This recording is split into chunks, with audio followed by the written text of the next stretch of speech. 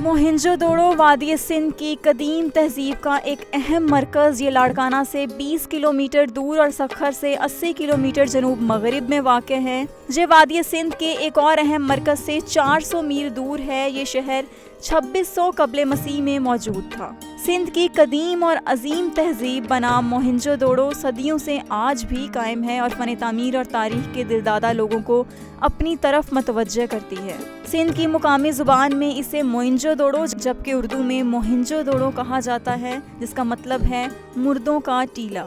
मोहिंजोदड़ो का किला एक टीले पर वाक़ है जो जनूब में सतह ज़मीन से 20 फीट और शमाल में 40 फुट ऊंचा है। आजकल दरियाए सिंध की एक शाख इससे 3 मील के फासले पर बहती है। जब ये शहर आबाद था तो इस वक्त किले के मशरक़ी दीवार के पास से दरिया की एक शाख गुजरती थी। मोहिंजोदड़ो का किला असल शहर के अंदर एक मुनफरिद और मुमताज़ हैसियत रखता था, जिसके इर्द गिर्द गलियां एक जाल की शक्ल में फैली हुई हैं और गलियों के इस जाल में जगह जगह इमारतों के ब्लॉक में शहर और किले के दरमियान एक वाज़ेह खला है।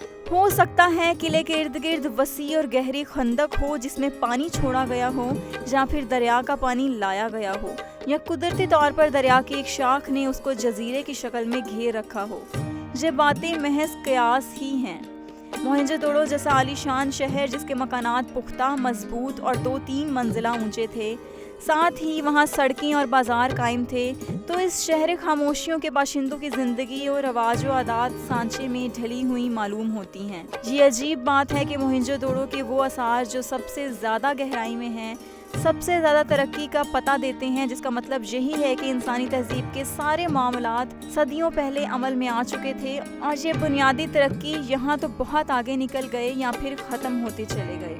आज की तरक्की याफ्ता दौर में हम अपने शहरों को देखें तो वो इतने मुनज़्ज़म नज़र नहीं आते जितना कि सदियों पुरानी तहजीब के शहर नज़र आते हैं। इस पर हमें सोचने समझने की ज़रूरत है।